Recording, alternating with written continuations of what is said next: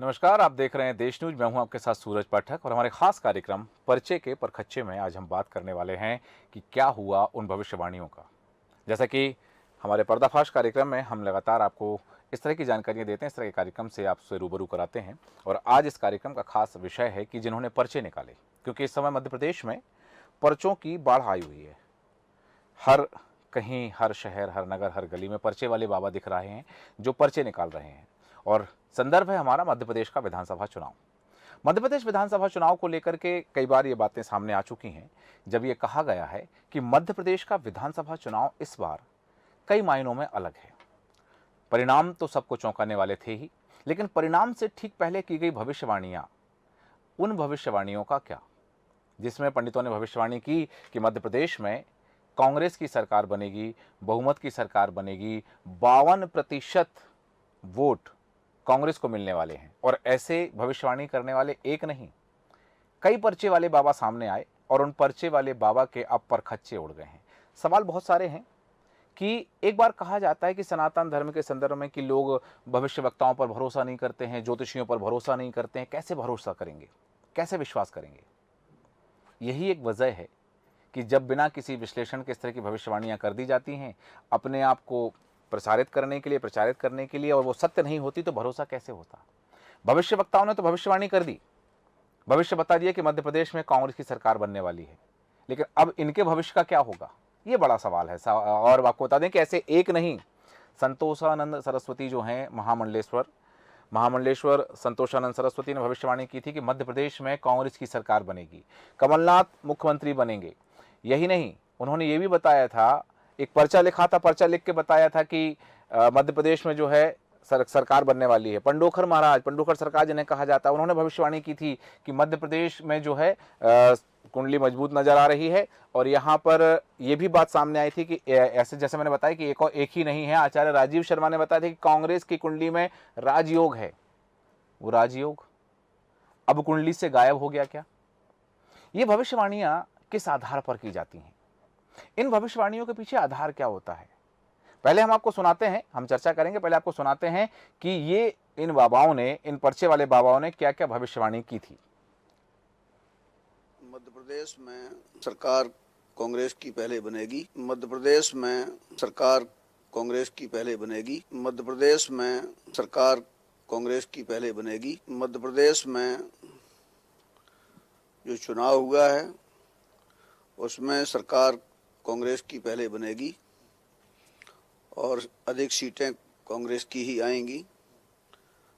52 से 53% के लगभग कांग्रेस की सीटें आएंगी और 40 से 42% के लगभग भारतीय जनता पार्टी की सीटें आएंगी। निमंत्रण कांग्रेस को मिलेगा, सरकार बनाने का दावा भी होगा और सरकार बनाई जा सकती है। छत्तीसगढ़ में भी कांग्रेस आएगी, छत्तीसगढ़ में भी कांग्रेस आएगी, छत्तीसगढ़ में भी कांग्रेस आएगी और राजस्थान में भी लगभग सीटें कांग्रेस को मिलेंगी और राजस्थान में भी लगभग सीटें कांग्रेस को मिलेंगी और राजस्थान में भी लगभग सीटें कांग्रेस को मिलेंगी। देखिए, ऐसा सबसे पहले जो आप अपने दर्शकों को बार बार मैं वही हॉरोस्कोप दिखाऊंगा कि कांग्रेस की हॉरोस्कोप दिखाई है 2 जनवरी 1978 की। कांग्रेस की हॉरोस्कोप में बृहस्पति जो है चौथे घर में बैठे हैं। ये चौथा घर होता है सिंहासन, मतलब जो सरकार जो बनती है, कौन चीज मिल रहा है, वो चौथा घर है। और इसी ग्रह की इनकी बृहस्पति की महादशा चल रही है कांग्रेस की। कांग्रेस की महादशा जुपिटर में, राहु में, बुध में, शुक्र और चंद्र की दशा होगी कल, मैंने प्राण दशा तक 5 सेगमेंट में हम ग्रहों के दशा का मतलब। हाँ, तो मैं बता दूं, अब चूंकि कांग्रेस की जो लगन है वो मीन लगन है और मीन लगन का स्वामी बृहस्पति है और उनके चौथे घर में बैठा है। चौथा घर सिंहासन का होता है, मैंने बता दिया। तो ये राजयोग हो गया। जब भी केंद्र त्रिकोण का संबंध बनता है उसी को राजयोग कहते हैं। तो कांग्रेस की जब ये दशा जो शुरू हुई है पिछले 4 बरस पहले, वहां से कांग्रेस का ग्राफ देखिए आप निरंतर बढ़ रहा है। दिव्य जो हमारा अनुभव है, जो ज्ञान है, जो मेरा स्वयं का जो विचार है, जो मत है जी, उसमें मध्य प्रदेश के 11/11/2023 को जब मैंने देखा तो मध्य प्रदेश में कांग्रेस की सरकार बनती आगे दिख रही थी।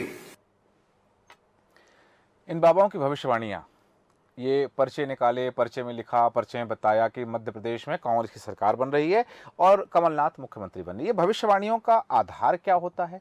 भविष्यवाणियां झूठी क्यों हो जाती हैं? और साथ में क्या कांग्रेस, ये जो जैसे मैंने बताया कि संतोषानंद सरस्वती, पंडुखर सरकार, आचार्य राजीव शर्मा, ये इन लोगों की बातों में कांग्रेस आ गई और अति विश्वास के कारण ये हश्र हुआ है। ज्योतिषाचार्य पंडित अरविंद तिवारी जी हमारे साथ हैं, हम बात करेंगे उनसे कि क्या वास्तव में ये जो भविष्यवाणी जो लोग करते हैं, जो पर्चा निकालते हैं, उनकी भविष्यवाणी सच होने के पीछे के रहस्य क्या है, और उसके साथ में उनकी भविष्यवाणी यदि असत्य हो गई है तो क्या है। हमारे साथ जुड़े हुए हैं ज्योतिषाचार्य अरविंद तिवारी जी। अरविंद तिवारी जी, बहुत स्वागत है आपका देश न्यूज में। जी जी जी, नमस्कार सूरज भाई जी। देखिए, ये जितने भी ज्योतिषाचार्य या आपने जो अभी मेरे को इंट्रो सुनाया जी, क्योंकि मैं भी खुद उन्हीं में शामिल रहा जी, और मैंने स्वयं ने कहा था कि कमलनाथ जी की सरकार बनेगी।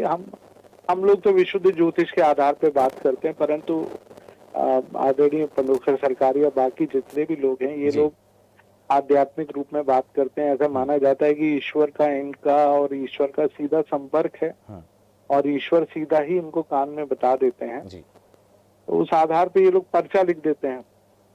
अब हम लोग तो कुंडली माननीय कमलनाथ जी की कुंडली मिली या नरोत्तम मिश्रा जी की मिली या चुनाव के दिन की कुंडली मिली, तो उस आधार पे भविष्यवाणियां करते हैं। तो कहीं ना कहीं भविष्यवाणी का आधार केवल ग्रह गोचर होते हैं। अब जो कुंडलियां मिलती हैं, उदाहरण के तौर पर अभी जो आपके इंट्रो में एक कुंडली चल रही थी मीन लग्न वाली जी, कांग्रेस का जो जन्म हुआ वो धनु लग्न कन्या राशि में हुआ। और आप देखिए कि चूंकि उस दिन वाकई में इस बात को लेकर गणना में गलती हुई है। गलती क्या हुई है, देखिए मैं खुद उस बात को स्वीकारता हूँ और वो बहुत माइनर सी गलती थी जिसको वाकई में देखना चाहिए था। गलती क्या थी कि कन्या राशि की पार्टी है कांग्रेस, चुनाव हो रहा है 17 तारीख को और रिजल्ट खुल रहा है कौन सी तारीख को, 3 तारीख को। आप दोनों दिन, चूंकि चंद्रमा जो है वो आत्मा और मन का कारक ग्रह मानते हैं हम लोग कि चंद्रमा से हर चीज डिसाइड होती है। उदाहरण के तौर पर जो भी व्यक्ति वोट डालने जाता है तो वो कहीं ना कहीं वो अपने मन और मस्तिष्क के आधार पर डालता है। भले ही लोग कुछ भी कहें तो भाई आप इसको डाल दो, लेकिन अमूमन लोग उस आधार पे कभी भी वोट नहीं डालते हैं।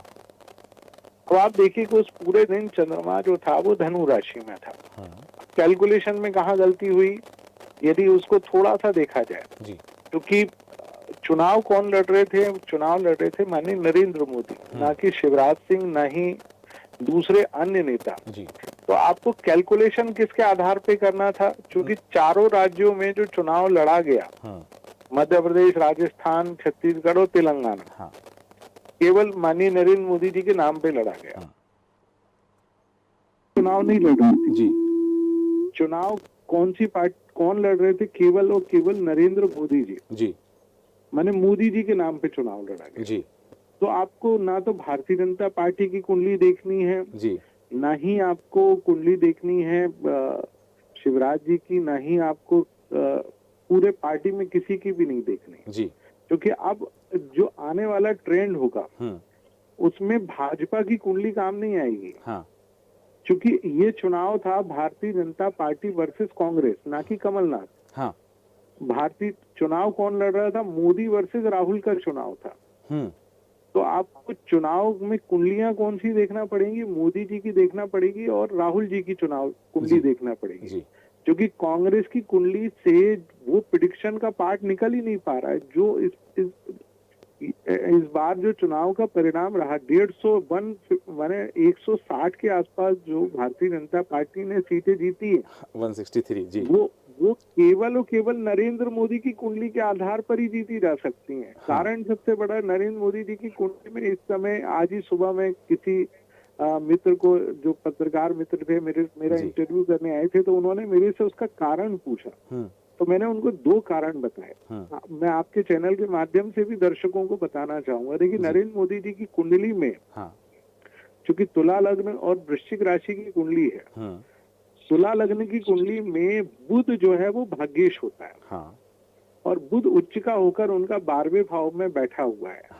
मई 7 मई 2019 से उनके ऊपर भाग्येश बुध की महादशा प्रारंभ हुई है।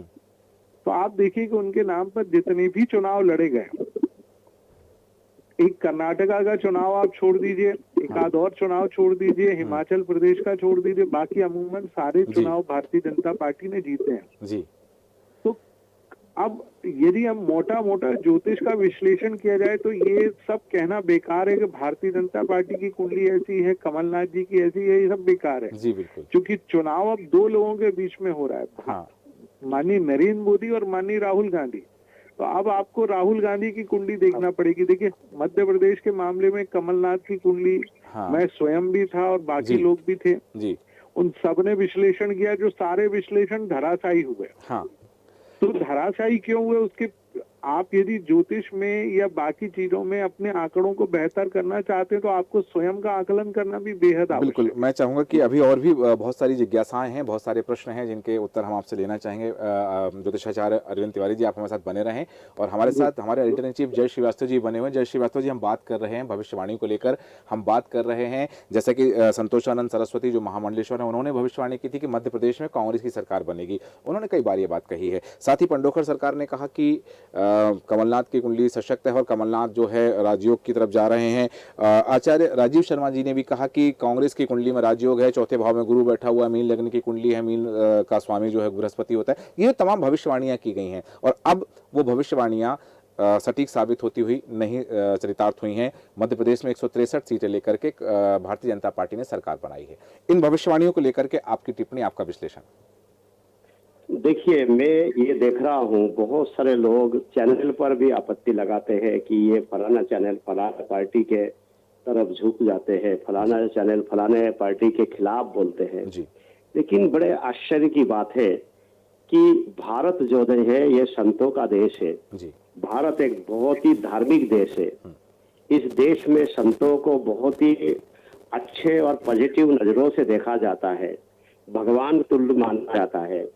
ऐसे स्थिति में जो इस प्रकार के जो भगवा वस्त्र पहन के, विशेष करके संतोषानंद सरस्वती जी है, पंडोखर सरकार है, एक ये राजीव शर्मा है, ये एक नैरेटिव चलाते हैं। इनके पास कोई पावर नहीं है, ये सिद्ध हो गए हैं इस चुनाव में जी। इनकी जो है बातों में कोई दम नहीं है, ये सिद्ध हो चुका है इस चुनाव में। मैं ये बताना चाहूंगा कि इनको पॉलिटिक्स को छोड़ के जिस वस्त्र में ये लिपटे हुए हैं जी, जिस स्थान पर ये बसे हुए हैं, उसको बरकरार रखने के लिए लोगों के दिल में जो श्रद्धा इनके प्रति है, इन सब चीजों को बरकरार रखने के लिए इनको राजनीति के पछड़े में नहीं पड़ना चाहिए जी। ये राजनीति के पछड़े में पड़ने के बाद इनके सम्मान में जो है कमी आई है। मैं तो इनको जो है इनका सम्मान इसीलिए करता हूं क्योंकि हिंदू धर्म बहुत ही पवित्र धर्म है। उस धर्म में यदि कोई धर्म गुरु है, उनका स्थान सर्वोपरि है और वो इस प्रकार के कीचड़ फैला के वो अपने आप को कीचड़ के दलदल में फंसा रहे हैं, जो कि धार्मिक गुरु होने के नाते इनको शोभा नहीं देता है।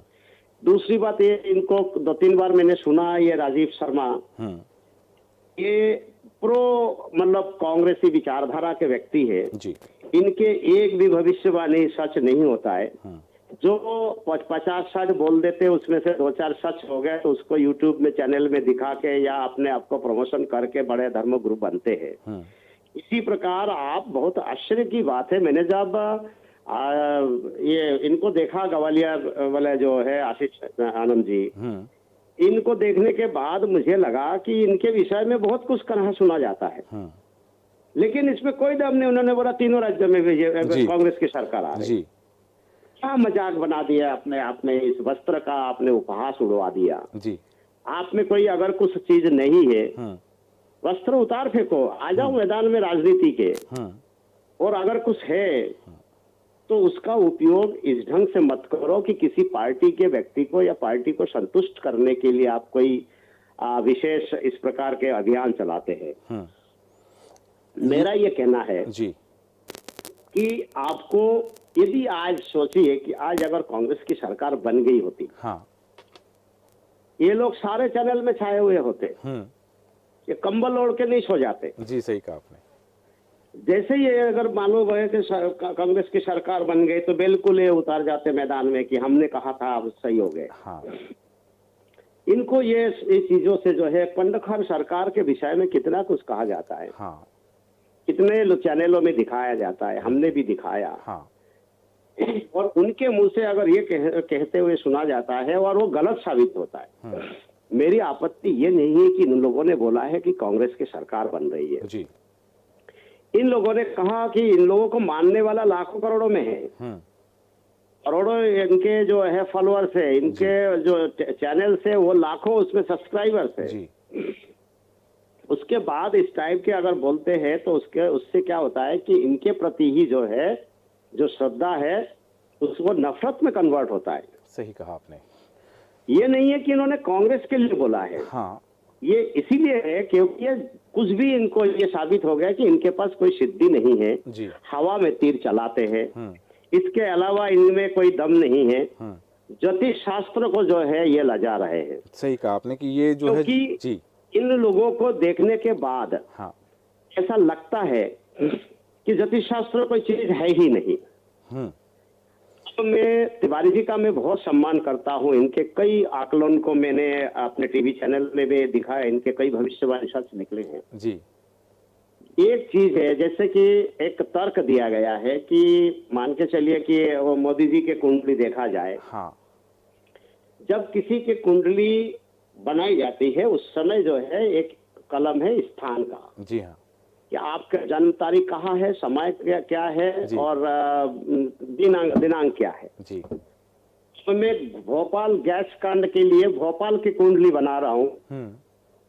तो यदि कोई फेल हो जाए तो अगर मैं बोलूंगा कि नहीं ब्रह्मांड की कुंडली बनाना चाहिए था क्योंकि ये भोपाल ब्रह्मांड में है, तो ये अतिशयोक्ति नहीं होगी क्योंकि भोपाल को तो भोपाल ही कहा जाएगा। हाँ। अगर वो ब्रह्मांड में भोपाल है हाँ। तो कुंडली भोपाल की ही बनेगी। जी। जैसे कि एक प्रत्याशी यदि चुनाव लड़ रहा है, हाँ। मोदी जी उसके प्रचार कर रहे हैं, कुंडली उस प्रत्याशी की ही निकलेगी। मोदी जी के कुंडली निकालने से कोई मतलब नहीं निकलेगा। हाँ।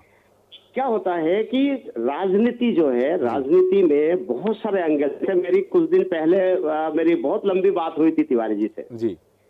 जी बहुत ज्ञानी है, उनसे मैंने ये कहा था कि इन्होंने कहा कि सत्ता परिवर्तन के जो है यहाँ एक योग बन रहा है। तो यहाँ क्या होता है कि हो सकता है इन्होंने भारतीय जनता पार्टी और कांग्रेस का देखा, मेरी उस दिन इनसे बात हुई थी। जी। हो सकता है कि शिवराज बदलने की योग है। हाँ। तो वहाँ कुंडली में जो है बहुत सावधानी ये देखना पड़ता है कि भैया भाजपा की सरकार है, बदल के कांग्रेस आएगी या शिवराज की सरकार है, बदल के कोई और आदमी व्यक्ति आएगा यहाँ। नेतृत्व परिवर्तन है या सत्ता परिवर्तन, दो अलग अलग चीजें हो जाती हैं। जी बिल्कुल। तो इसमें जब बहुत सारे एंगल्स बनते हैं तो वहाँ हमें सावधानी रखना पड़ता है जी। क्योंकि यही सब चीजों से ही आपके जो इमेज है वो वृद्धि होती है और आपकी इमेज गिरती भी है जी। तो ये जो संतोषानंद जी है हाँ। ये निकालते पर्चे निकालते, हालांकि तिवारी जी केवल भविष्यवाणी करते हैं, इनसे हम लोग बहुत सम्मानित व्यक्ति है, बहुत सम्मान करते हैं जी। लेकिन ये जो तीनों व्यक्ति है हाँ। ये अपने तिवारी जी जो है धंधेबाज नहीं है। हाँ। लेकिन ये पर्चेधारी जो है ये धंधेबाज लोग हैं। जी बिल्कुल। और ये तीनों ही जो है इस प्रकार के पर्चा बना के हाँ। ये गुमराह करते हैं लोगों को। जी। समाज में इनका बहिष्कार होना चाहिए। हाँ। क्योंकि ये एक घर तोड़ने का काम कर सकते हैं, पार्टी में वोट इधर से उधर करने में ये प्रभावित कर सकते हैं, ये समाज को दूषित करने का काम कर रहे हैं। सबसे बड़ी बात है कि हिंदू धर्म को बदनाम करने का काम कर रहे हैं। ये बड़ी बात है, सही कहा आपने। हाँ।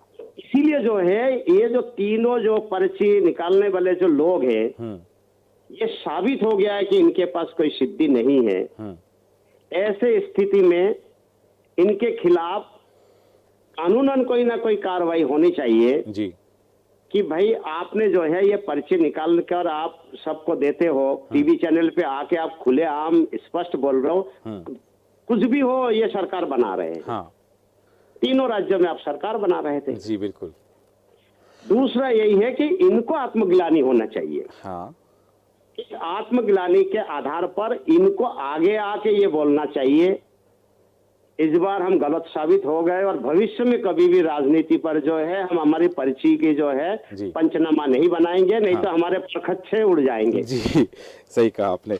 और चूंकि वापस आऊंगा आपके पास, लेकिन तिवारी जी, जैसा कि जय श्रीवास्तव जी ने कहा है कि ये सनातन को बदनाम किया जा रहा है, आप इत्तेफाक रखते हैं कि कुछ ऐसे लोगों के कारण ही, यदि इनके पास कोई सिद्धि नहीं है, इनके पास कोई ऐसा वो ज्ञान नहीं है जो जिस आधार पर ये भविष्यवाणी कर सकें, तो वास्तव में आज हम देखते हैं जो कि लोगों की सनातन के प्रति आस्था कम हो रही है, लोगों की क्योंकि ये संत वेश है, संत को गुरु माना गया है, गुरु को भगवान से बढ़कर माना गया है। भगवान श्री राम ने गुरु की पूजन की है, भगवान ने जब अवतार लिया है तो संतों की सेवा की है। तो ये जो हम कहते हैं कि विप्रधैन सुर संत हित लीन मनोज अवतार, तो संतों के हित में तो भगवान अवतार लेते हैं। तो ऐसी स्थिति में इन संतों के द्वारा यदि इस तरह की बातें सामने आ रही हैं और उसके बाद कहा जाता है कि सनातन के प्रति आस्था कम हो रही है, तो स्वाभाविक बात है कि यही कारण हो सकता है। आप कितना इत्तेफाक रखते हैं इस बात से? नहीं, मैं तिवारी जी उस जवाब इसके पहले मैं एक चीज और बताना चाहूंगा कि तिवारी जी कुंडली देखते हैं। हाँ। कोई सिद्धि की दावा नहीं करते हैं, तो कुंडली में हेर फेर हो सकता है। हाँ। हेर फेर का मतलब है थोड़ा बहुत इधर उधर हो सकता है, गणना की बात, क्योंकि कुंडली है और हाँ। बहुत सारे एंगल बनता है कुंडली के। जी। ये जो लोग हैं पर्चे वाले, हाँ बिल्कुल, मेरा प्रश्न तिवारी से उन्हीं के लोग ये संदर्भ में। बोलते हैं ना कि हमारे पास सिद्धि है, ये लिख के दे दिया हमको, फलाने ने जो है ये हमारे कान में आके बोल गए। हाँ। मेरा विरोध जो है इन लोगों से है जो पर्ची वाले से है। जी बिल्कुल, जी बिल्कुल, कि इनको ये कुंडली पे नहीं बता रहा है, कुंडली को आधार बना रहा है। हाँ। साथ में ये बोलते हैं कि मेरे पास सिद्धि है जी।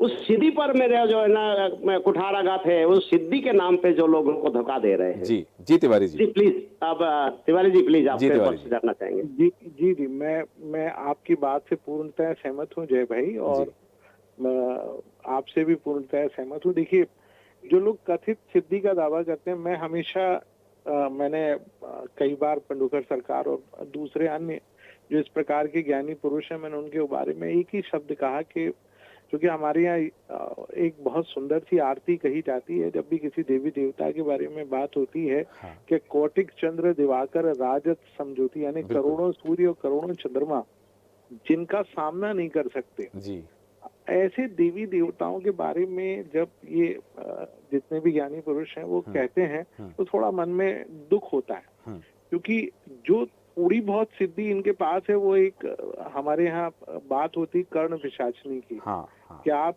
चले जाओ स्मशान में जी, और किसी भी प्रेत को सिद्ध कर लाओ। वो प्रेत क्या बताता है, उसको केवल 5 ही चीजें मालूम होती है जी।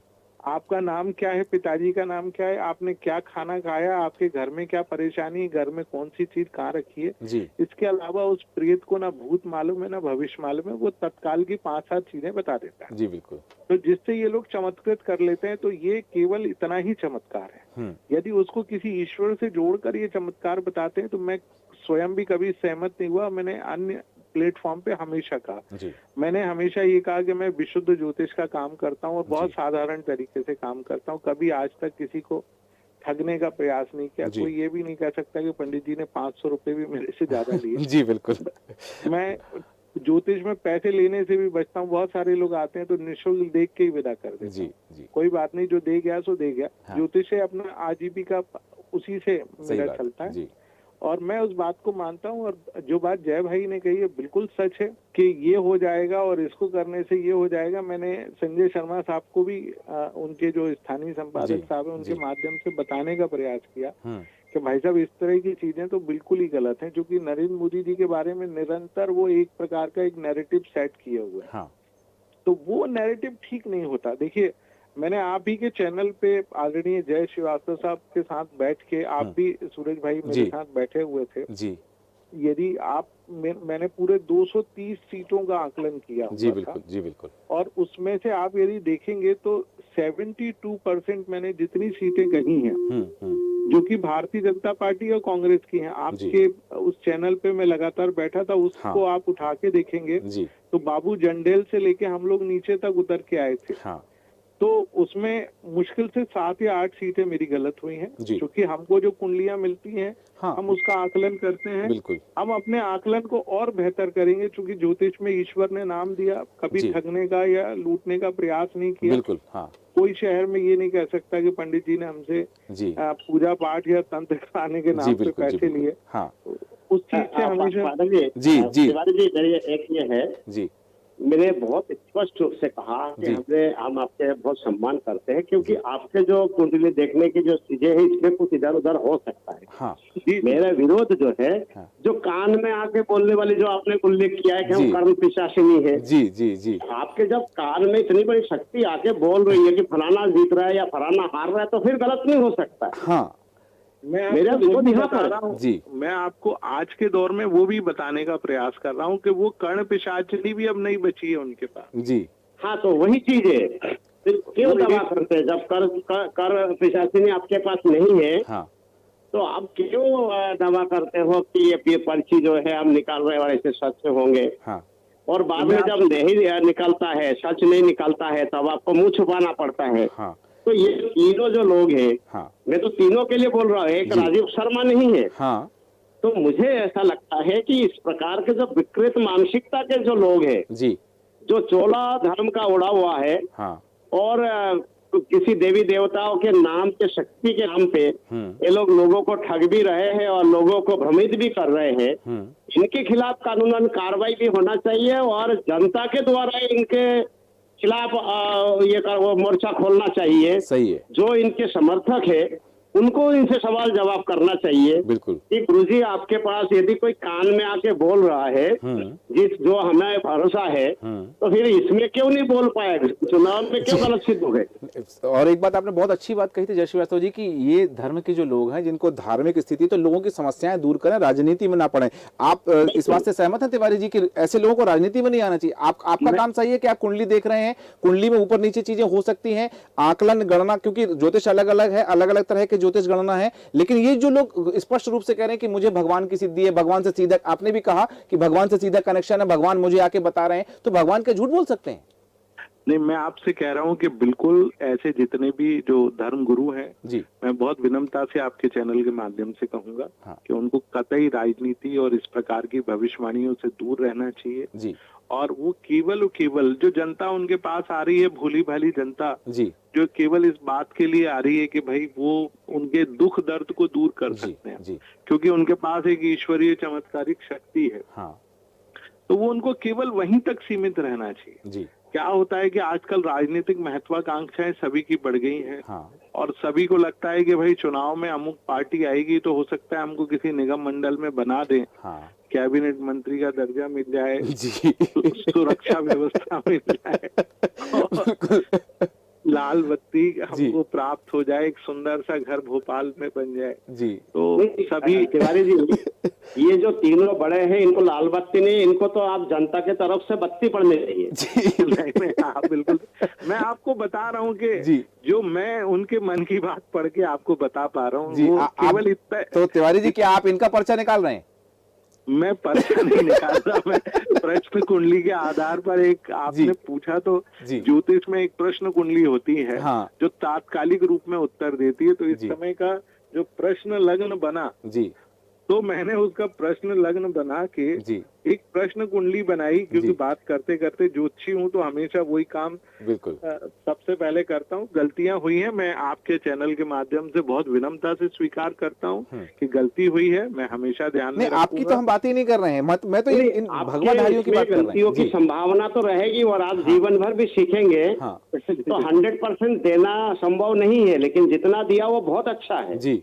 आपको खुल के आप बोलते हैं, लेकिन जो लोग ये सिद्ध करते हैं कि भाई साबित करते हैं कि हमारे पास सिद्धि है, हमारे कान में आके कोई देवी शक्ति है या देवीय शक्ति है वो आके बोल देती है, तो उन लोगों के लिए है ये कि वही उनको जब कान में कोई आके बोल रहे हैं और इतनी बड़ी शक्ति आके बोल रही है आपको, तो फिर आपको गलत नहीं होना चाहिए, या तो आप झूठ बोल रहे हो जी।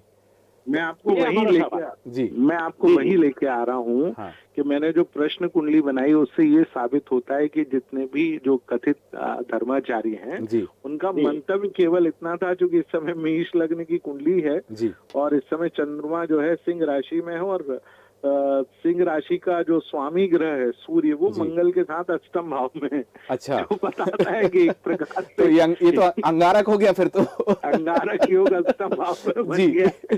तो उनने जो भविष्यवाणी की, इसके कारण उनके श्री मुख में वो इस प्रकार की शक्तियां नहीं आ पाई, जी जिसके कारण उनके शब्द सच हो जाते थे। जी वो शब्द सच होने वाली शक्तियां अब किसी के पास नहीं है। जी मैं बहुत विनम्रता से कहता हूं, जो कथित लोग जितने भी चमत्कार दिखाते हैं, पर्चा लिखते हैं, कुछ भी करते हैं, हाँ। मैं इनको कतई नहीं मानता। मैं जी। बहुत विनम्रता से कहता हूं कि जो भी हनुमान जी महाराज या किसी भी देवता के नाम पर अपना दरबार लगाते हैं, मैं हाँ। बहुत विनम्रता से कहता हूं कि भैया मंदिर जाओ। हाँ। ये अपना खुद का कुछ नहीं कर पाए, ये आपका क्या करेंगे। जी। तो ये सबसे बड़ी बात है। बिल्कुल, चूंकि समय की सीमा है, बिंदु बहुत सारे हैं जिन पर, चूंकि इतना बृहद विषय है जिस पर हम लंबी चर्चा कर सकते हैं, पर समय की सीमा है। जय श्रीवास्तव जी, बहुत कम शब्दों में अंतिम प्रतिक्रिया चाहूंगा आपसे इस पूरे विषय को, भविष्यवाणी को लेकर के।